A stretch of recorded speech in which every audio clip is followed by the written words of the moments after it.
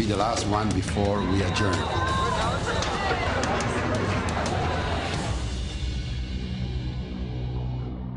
Les gens veulent que nous travaillions ensemble. Jean-Paul Lallier est au pouvoir depuis 10 ans lorsqu'il apprend que sa ville sera l'hôte du Sommet des Amériques. Une rencontre où les chefs d'État discuteront d'une zone de libre-échange à l'échelle du continent. Le maire rêve justement d'attirer ce genre d'événement.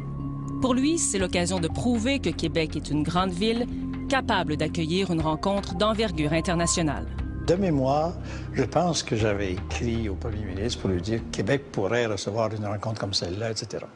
Ce que j'avais en tête à ce moment-là, c'est une rencontre qui est plutôt pacifique, où les gens vont discuter sérieusement avec la sécurité dont ils ont besoin, mais en même temps où les gens pourraient en profiter pour voir Québec sur les écrans. Donc, comme maire, ce que tu cherches, c'est de la visibilité pour ta ville, puis une belle visibilité. L'enthousiasme est généralisé à Québec. Les commerçants voient déjà les retombées du Sommet des Amériques comme une manne en plein mois d'avril. La montée d'une opposition radicale à la mondialisation viendra toutefois changer les plans. Let's open the process. Le vent tourne à Seattle, 1 an et demi avant le Sommet de Québec. Des opposants à la mondialisation perturbent une importante réunion de l'Organisation mondiale du commerce. 50 000 altermondialistes se joignent au mouvement de protestation. Les manifestations se transforment en émeutes, le centre-ville est saccagé et les dégâts s'élèvent à 3 millions de dollars. Des militants vêtus de noir et armés de barres de fer affrontent la police et s'en prennent au symbole du capitalisme. Les anarchistes du Black Bloc apparaissent alors à la face du monde. Les organisations policières vont faire tout un travail pour essayer de présenter le Black Bloc comme une espèce d'organisation terroriste internationale, ce qu'elle n'est tout simplement pas. Le Black Bloc, c'est une tactique, c'est une stratégie militante qu'on utilise dans une manifestation.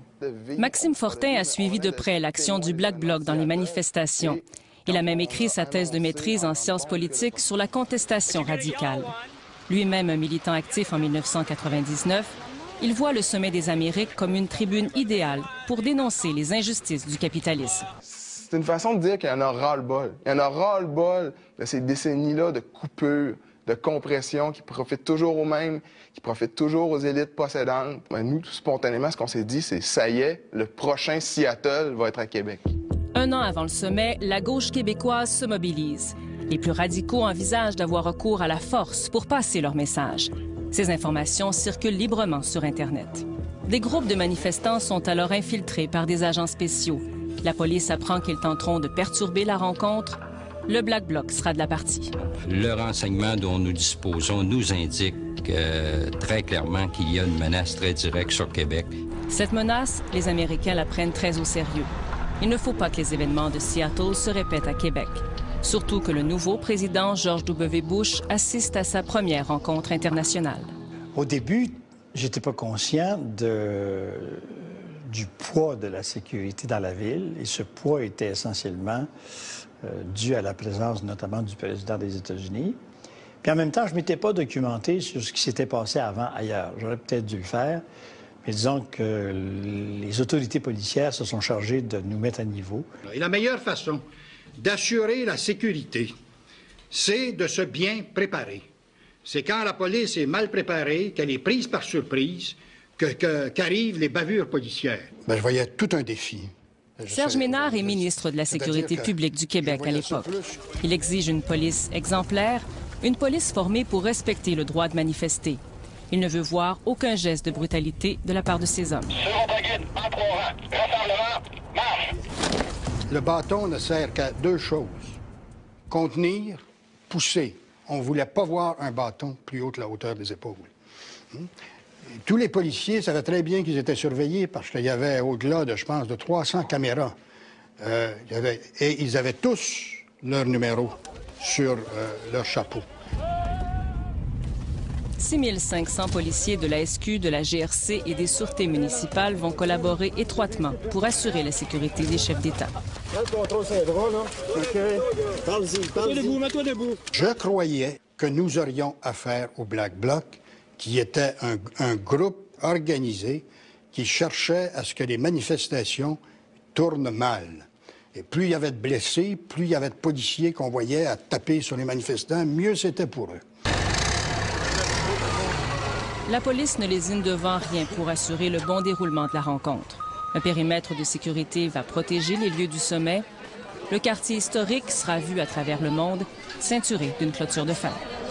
Ce qui est un choc, là, c'est de voir que ta ville est obligée de s'habiller comme ça pour recevoir la visite. Ça, c'est un choc.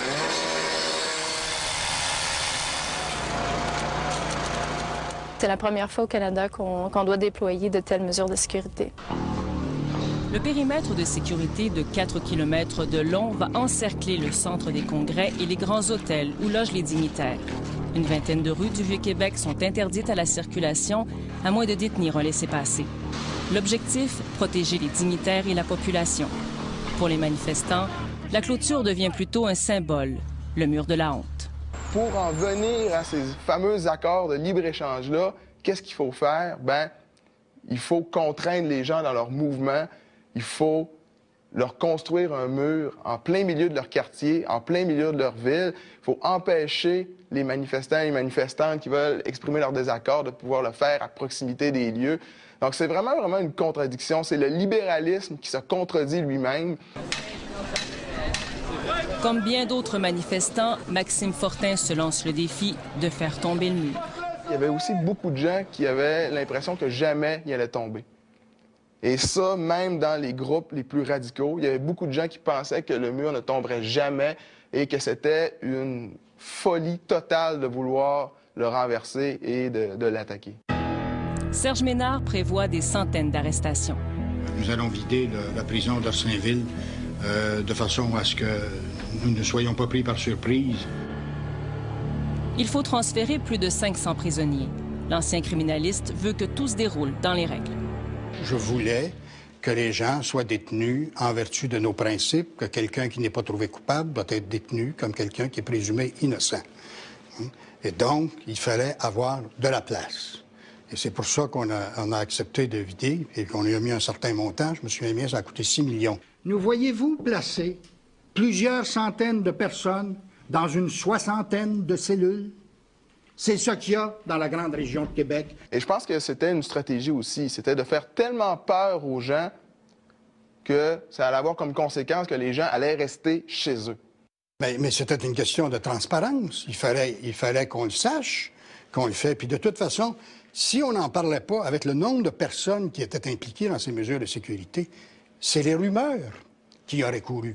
Alors nous, on se préparait certainement au pire, avec comme objectif qu'il n'y ait pas de blessés autant que possible, ou le moins possible s'il y en avait, évidemment pas de mort, et puis le moins de dommages aussi à la propriété, surtout les propriétés individuelles. Le maire Jean-Paul Lallier assiste impuissant à la montée de la tension entre la police et les manifestants.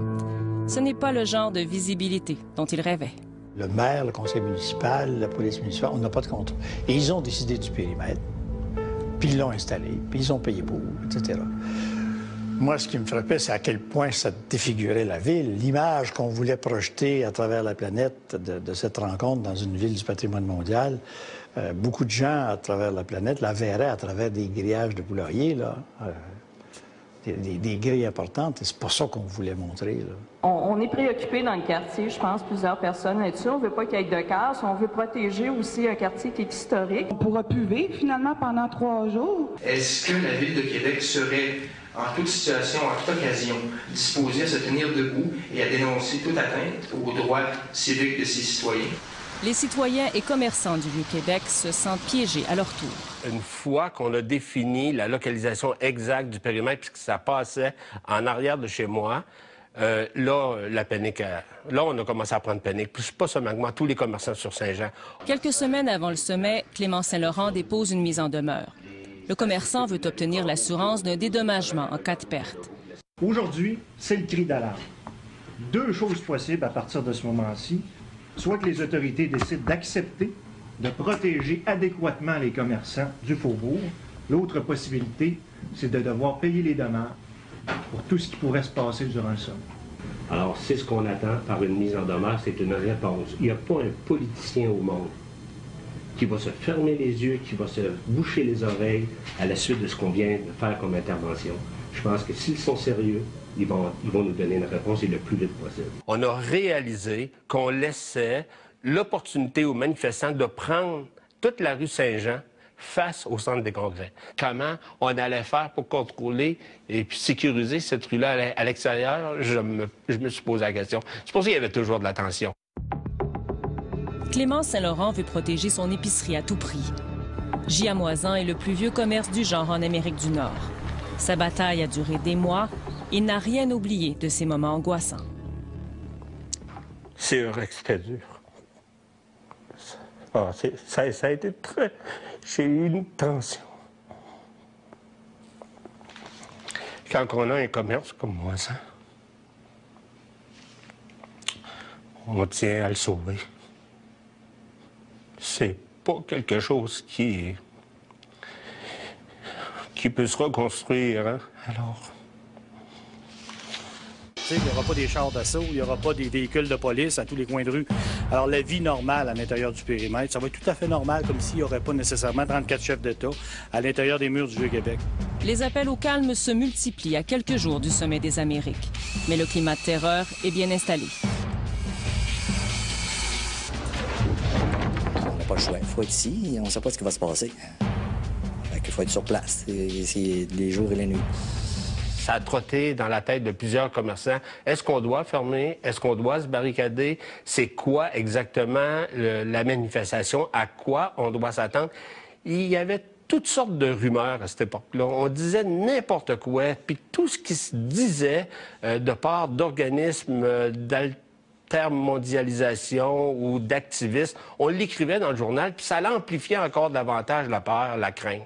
À moins d'un mois de la tenue du sommet des Amériques, le maire de Québec, Jean-Paul Lallier, affirme que si c'était à refaire, sa ville ne serait pas candidate pour accueillir un tel événement. J'ai manifesté un peu d'impatience par rapport aux forces de sécurité qui, à mon avis, amplifiaient les choses. C'était ma perception. C'était un peu comme si je leur disais, si vous pensez vraiment que ça va être comme ça, ben allez-vous-en chez vous. On ne vous fait pas ici. Bonjour, monsieur. Bonjour, monsieur. Ça va une carte? Lorsque le sommet débute le 20 avril 2001, Québec est sous tension. Le quartier historique est bondé de policiers. Il faut montrer son accréditation pour pénétrer à l'intérieur du périmètre.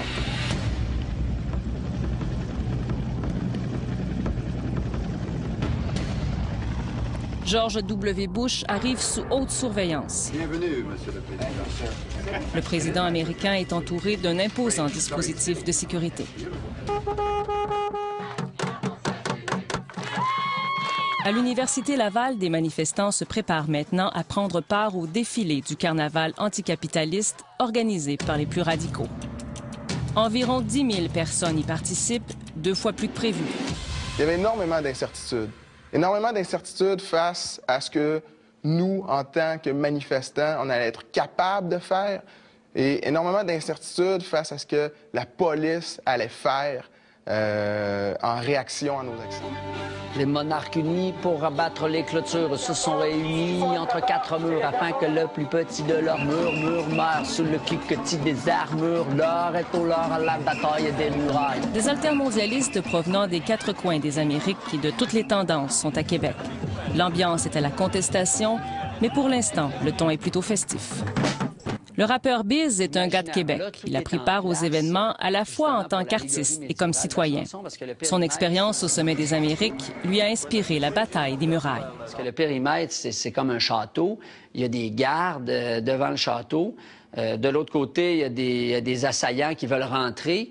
Il y avait même une catapulte à Toutou. On lançait des charrettes enflammées. Il y avait, je trouve, une dynamique de Moyen-Âge là-dedans, vraiment. Pour l'instant, seul coule la salive et les invectives. Des deux côtés de la rive, les regards se rivent. La tension est vive. On est sur le qui-vive en attendant que l'inévitable arrive. Dans ce défilé principalement formé de manifestants pacifiques, le Black Bloc se distingue.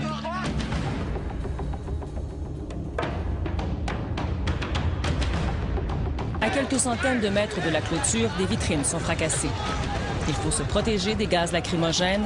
Les médias sont pris à partie.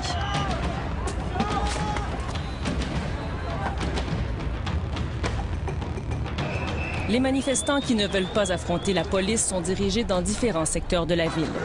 Les autres, environ 2000, se dirigent vers le périmètre de sécurité devant le Grand Théâtre. Le Black Bloc et quelques centaines de partisans de l'Action directe s'attaquent au mur. C'était pratiquement un groupe paramilitaire dans leur organisation parce qu'ils fendaient la manifestation, c'est ça, au défilé. En fait, ils défilaient, puis eux autres, ils savaient où ils s'en allaient, ce qui allait se passer. Parce que je vais vous dire franchement, jusqu'à temps qu'ils arrivent à la clôture, le Black Bloc, j'espérais encore qu'il arrive à rien. Selon les calculs, on peut percer leur rempart de part en part en haut du château. On lance des carreaux. Certains sont chaos sur le carreau. C'est le chaos, camarades. Camarades.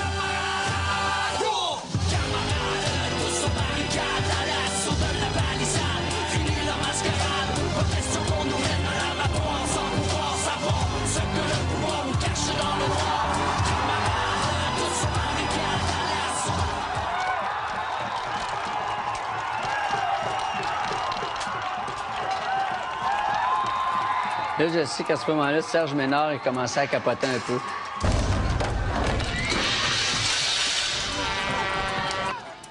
Mais il y a toujours un petit frisson qui revient, même pour la millième fois.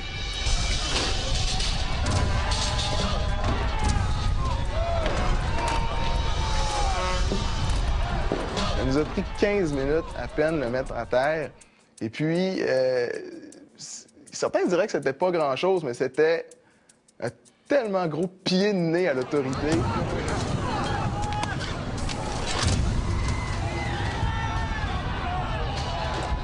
L'attaque était tellement sauvage qu'on était dans des bureaux gouvernementaux, nécessairement au-dessus de la place, au 5e étage. Donc, beaucoup du personnel était venu regarder dans les fenêtres. Et puis là, il y a plusieurs personnes qui ne pouvaient pas supporter cette violence-là. Il faut dire aussi qu'ils lançaient des cocktails Molotov. Puis il y a des cocktails Molotov qui tombaient dans le peloton de policiers. Encore là, ils ne bronchaient pas.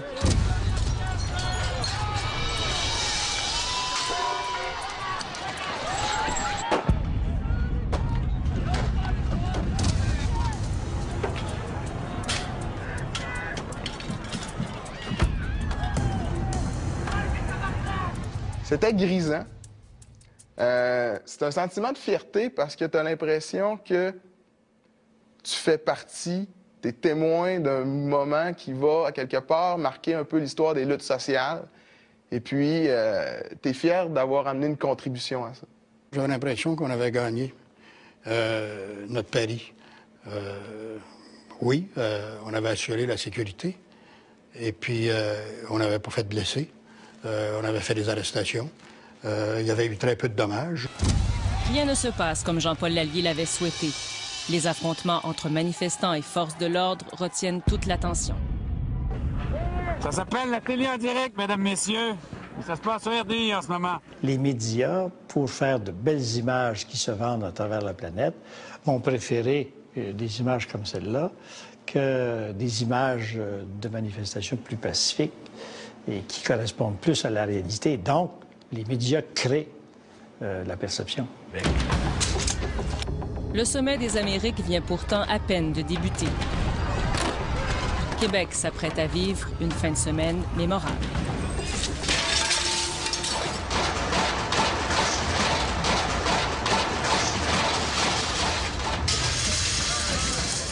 Bienvenue, Monsieur le Président. Jour 1. 34 chefs d'État sont arrivés à Québec. Le centre des congrès et le périmètre de sécurité sont protégés par une armée de policiers. Le sommet des Amériques peut commencer, en trame de fond, de bruyantes manifestations. Mais la violence et la provocation sont inacceptables en démocratie.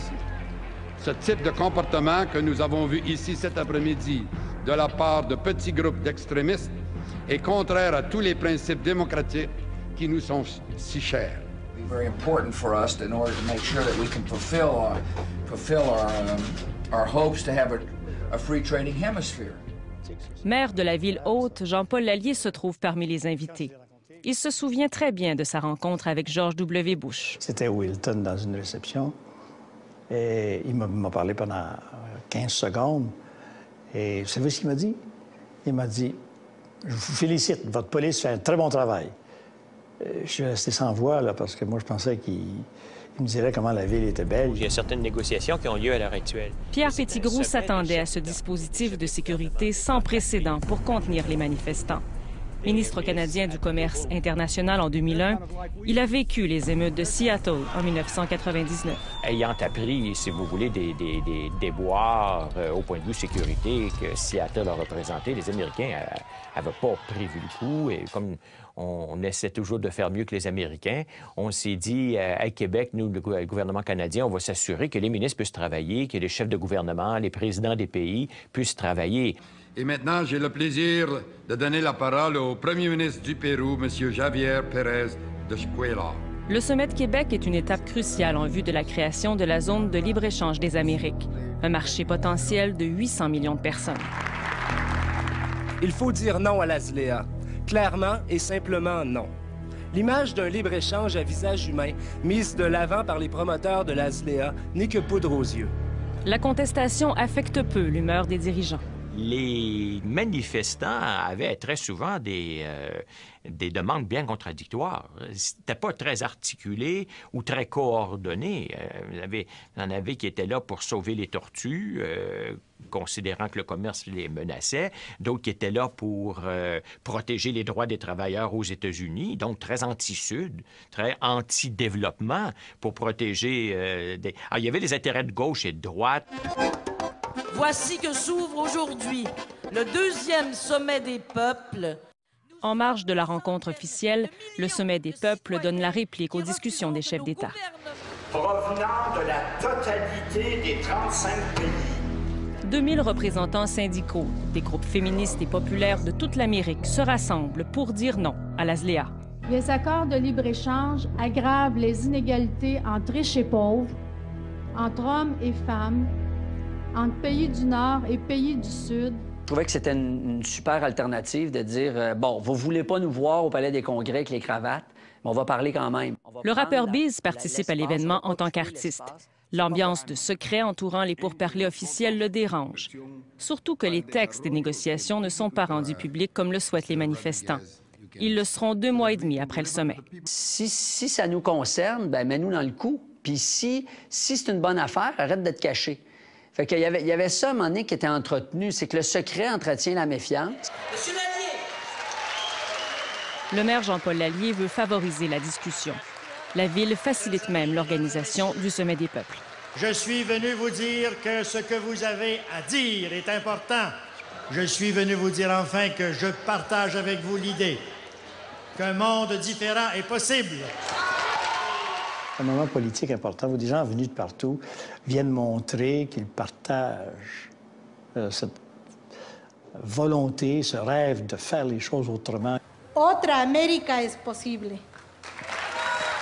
Ce projet néolibéral est raciste, sexiste et destructeur de l'environnement. Tu sais, quand on dit, par exemple, on veut un monde sans frontières où tout le monde s'aime puis on est tous des humains, bien, ceux qui veulent un monde sans frontières, ils s'appellent Nike, McDonald's, ExxonMobil, Philip Morris. C'est des grandes multinationales qui, eux autres, veulent pas de frontières parce que les frontières, pour eux, c'est de la tracasserie administrative et ça les emmerde. Tous les consommateurs sont toujours gagnants du commerce international. Au plan des travailleurs, les syndicats ont raison de s'en préoccuper.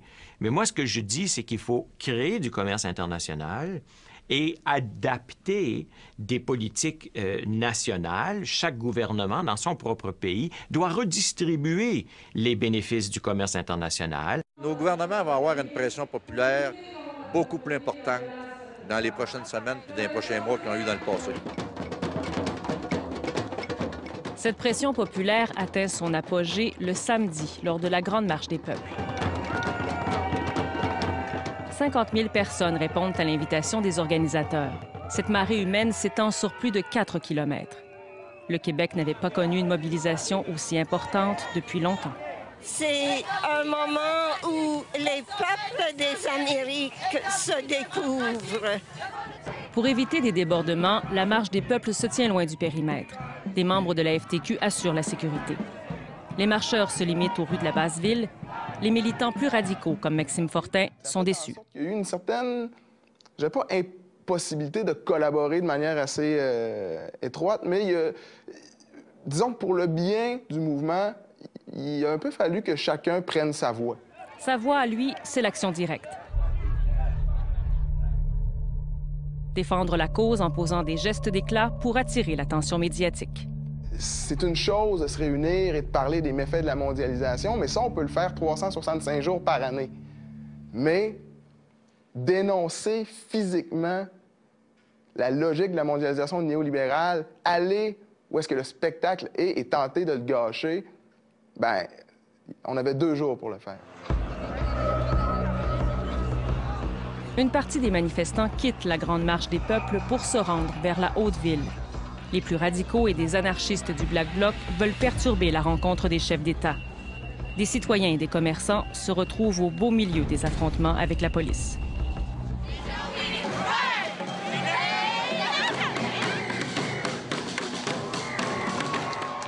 Près du centre des congrès, Clément Saint-Laurent a décidé de garder son épicerie Giamoisan ouverte malgré ses craintes.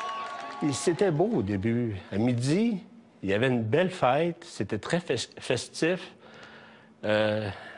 Moi, j'avoue que je me disais, mais mon Dieu, on s'est fait peur pour rien. Son commerce centenaire est situé à l'extérieur du périmètre, près de la clôture. Il appréhende depuis des mois des affrontements. Mais dès que le sommet du peuple est en mouvement en Basse-Ville, c'est là que ça a pris toutes les directions. Des manifestants ont toujours en tête de perturber la rencontre des chefs d'État. Ils pensent pouvoir percer le périmètre juste derrière le commerce de Clément Saint-Laurent. La rue Saint-Jean, c'était le plus beau spot pour un activiste de se faire montrer devant le centre des congrès. Lorsque les Black Blocs sont montés, c'était réellement une bousculade. Ils ont mis le feu dans une poubelle commerciale, un gros container. J'étais sûr que la bâtisse prendrait en feu. Appelé en renfort, un peloton policier repousse les manifestants sur la rue Saint-Jean avec force. La tension est insoutenable. Là, on a senti qu'on n'ouvre plus, là. On n'ouvre plus le magasin. On va rester encore fermé. On va attendre qu'il y ait une accalmie. Avec les gaz lacrymogènes, il n'était pas question d'ouvrir les portes pour rentrer les gaz à l'intérieur. L'air est devenu irrespirable dans le Vieux-Québec.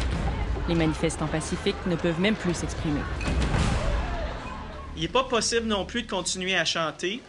Il n'est pas possible non plus de continuer à scander des slogans politiques. Il n'est pas possible non plus de continuer de danser dans un nuage de gaz lacrymogène. Réellement, je le sentais que sur la rue Saint-Jean, il y avait beaucoup de citoyens. Il y avait beaucoup de gens de quartier qui voulaient absolument éviter que le grabuge s'étende. Dans ce nuage suffocant, le rappeur Biz a aussi vu des citoyens solidaires. Il faut constater de visu c'est quoi. Il faut respirer le gaz lacrymogène. Il faut vivre aussi ce que j'avais pas prévu de vivre, c'est-à-dire l'immense solidarité qu'il y avait parmi les gens qui étaient là, Moi, il y a quelqu'un qui m'a passé un masque à gaz à un moment donné quand j'étais asphyxié carrément. Des gens qui prêtaient du vinaigre avec des mouchoirs pour se protéger des gaz, en fait, des odeurs, des vapeurs toxiques. Donc, il y avait une véritable solidarité entre les gens qui étaient là. Une solidarité mise à rude épreuve par moments. La violence des manifestants plus radicaux est critiquée au beau milieu du sommet. C'est pas la majorité qui ont posé ces gestes-là. Et ceux qui les ont pas posés, je pense, se sont pas sentis couillons, là. Ils ont fait un autre choix. Et ceux qui les ont posés se sont sentis un peu vedettes, se laisser traîner à terre puis se tirer par la police. Est-ce que vous les connaissez? Est-ce que parce qu'ils sont masqués, ça fait de eux des voyous? Qu'est-ce que vous savez sur ces gens-là? Il y a tellement de stéréotypes, il y a tellement d'idées fausses qui ont été véhiculées sur les manifestants. Il y a beaucoup de gens qui vont désapprouver nos façons de faire, mais qui, en dépit de ça, vont s'intéresser quand même à nos arguments. Pourquoi on est contre?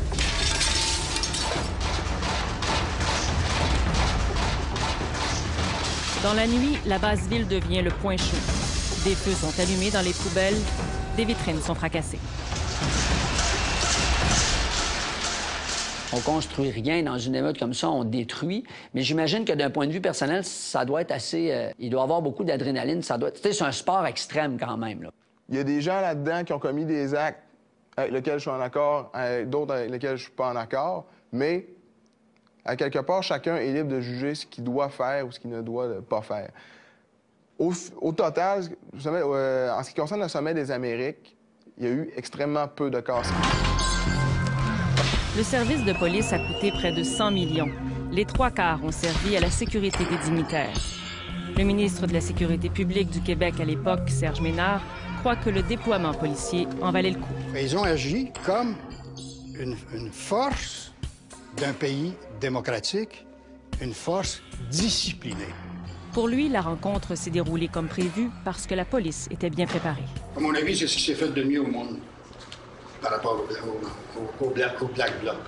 Comme je leur ai dit à la fin, là, c'est pas une note parfaite que je leur donne, mais c'est une note de première classe. Selon Serge Ménard, ils ont établi rien de moins que des nouveaux standards mondiaux.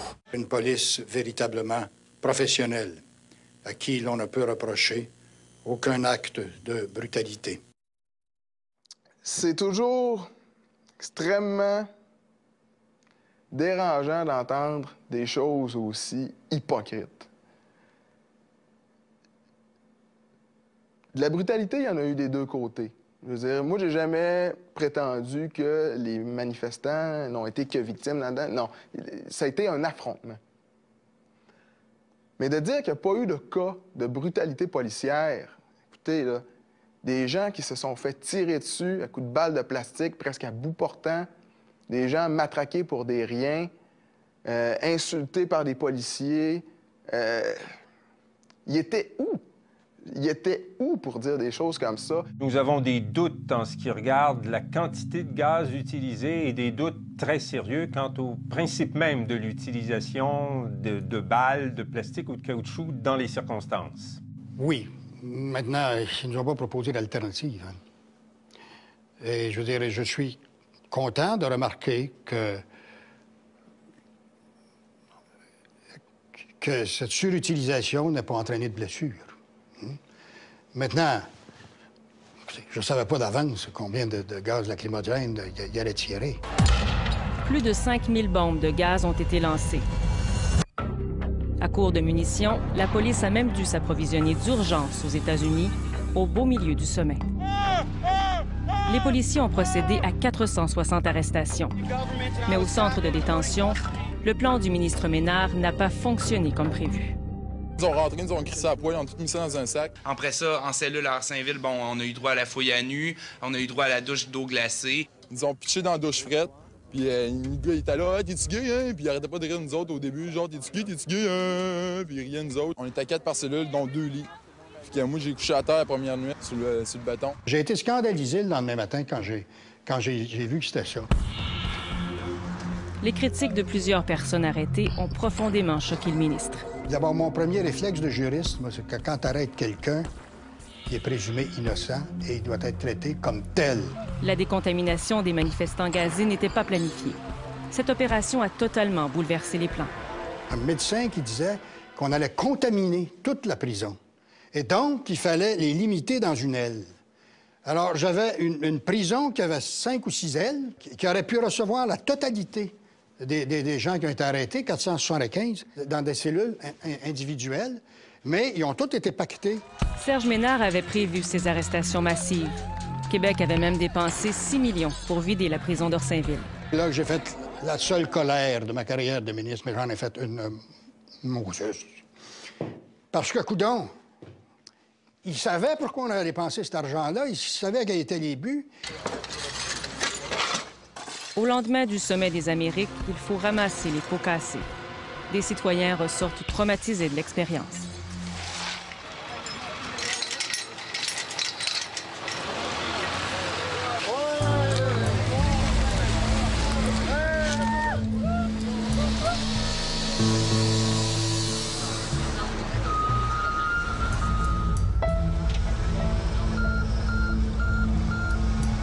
Il faut prendre la responsabilité de ces décisions-là, de tenir un sommet en plein quartier résidentiel. Bilan totalement pourri. On a 82 % de moins de ventes que prévu. 700 citoyens et commerçants à l'intérieur du périmètre ont été indemnisés sans trop de difficultés. Le fédéral a versé près de 3 millions. Les autres ont dû se battre pour prouver les pertes encourues. Les belles retombées économiques ne se sont jamais concrétisées pour Clément Saint-Laurent.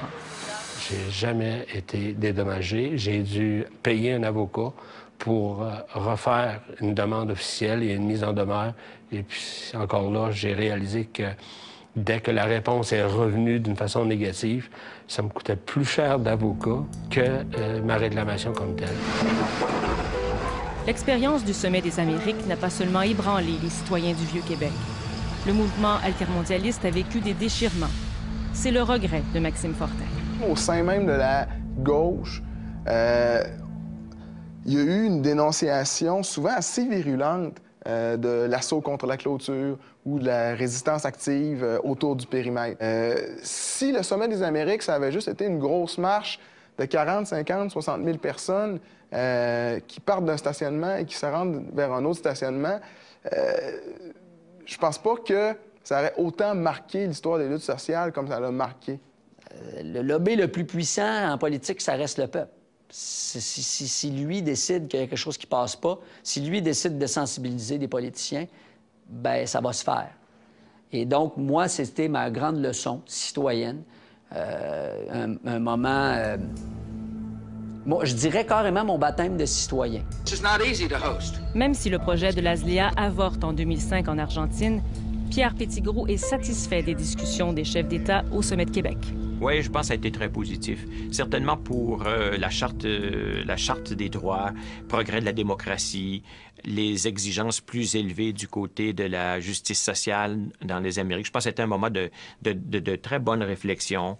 J'avais été content des progrès au niveau de la ZLEA à l'intérieur des délibérations. Ça avait été d'appui très fort que nous avions eu de la part des présidents, des premiers ministres de nos pays. Les ministres du Commerce étaient sortis, assez renforcés par le Sommet de Québec. Pour Jean-Paul Lallier, le Sommet de Québec a marqué l'éveil des Québécois aux enjeux de la mondialisation. Mais la contestation a ses limites. Si c'était à recommencer, sachant ce que j'ai vu, ce que j'ai analysé par la suite, je suis convaincu que je ne poserai pas la candidature de Québec pour un événement de cette nature-là. J'avais pas dormi de la nuit. Et puis, je me suis mis à nettoyer le trottoir en face du magasin.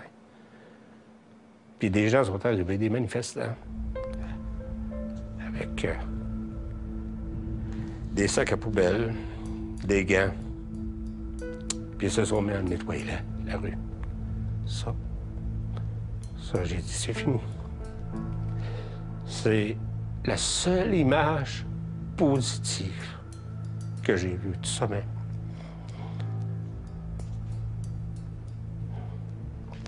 C'est les jeunes qui me l'ont montré.